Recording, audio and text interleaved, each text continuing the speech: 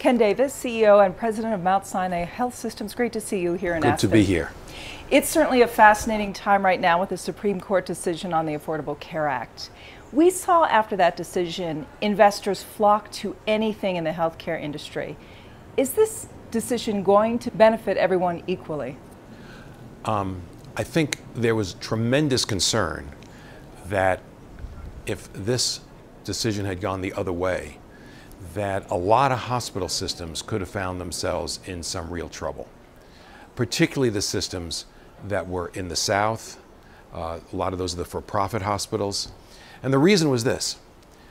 When the agreement was reached around the Affordable Care Act at the beginning, before everybody started to call it Obamacare, there was $300 billion that the hospitals agreed to diminish their revenues in Medicare over the next 10 years.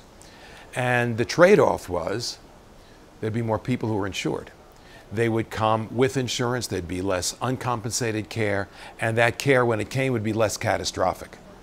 But imagine if 6.2 million people who were getting subsidies suddenly weren't getting subsidies, largely dropped out of the exchange. The exchanges went into a tailspin because the people left behind were the sickest. And the hospitals are still giving back $300 billion.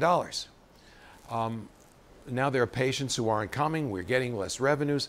The hospitals would have found themselves in a horrible bind, really an insolvable equation. So that's why they popped. Are we going to see consolidation, though, within the healthcare system, whether it's hospitals, insurance companies, or something else? Hospital consolidation is being driven by lots of factors. The least of which I would say, I think, is Obamacare. A lot of it is the macroeconomics of healthcare, the difficulty of a single community hospital to meet its community obligations with the expense structure that we superimposed on it. That expense structure can be diminished by having it spread over a larger number of hospitals. Physicians need to partner very often now with hospital systems in order to join what's called integrated care systems. And those systems can provide the kind of care that insurance companies want us to deliver and the government wants us to deliver. So the consolidation from the provider point of view is inevitable. It's being driven by so many factors.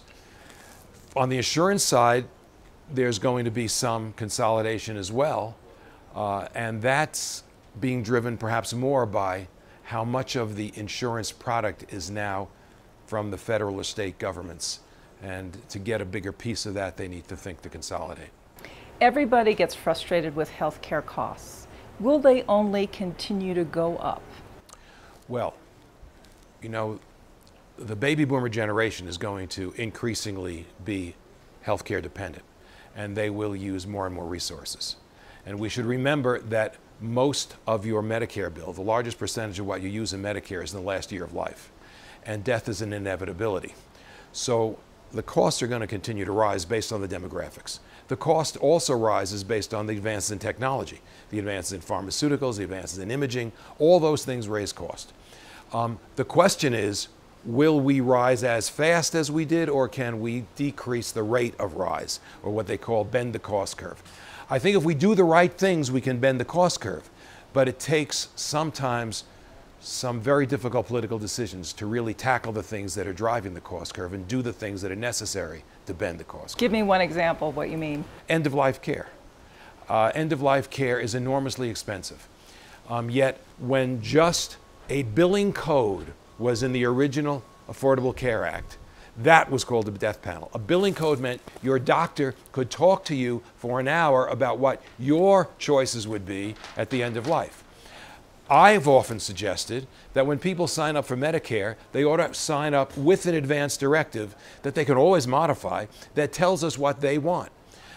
But what happens is, because by and large we don't know what people want at the end of life, we wind up doing all kinds of things that are very expensive for futile care because no one wants to give up.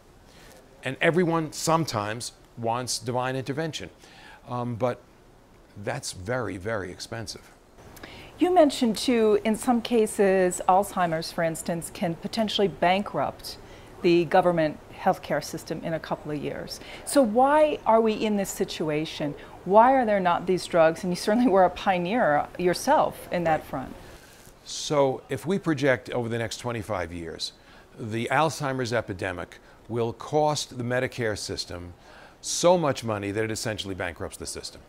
And we'd also have to remember that about 40% of Medicaid costs are in nursing homes, and the largest percentage of those people are demented. So what are we going to do if we can't do something about this epidemic of dementia?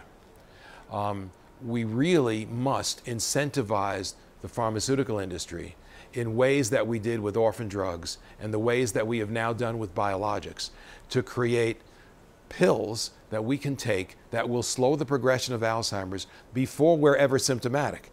Slow the pathology that we know develops sometimes up to 30 years before we have symptoms.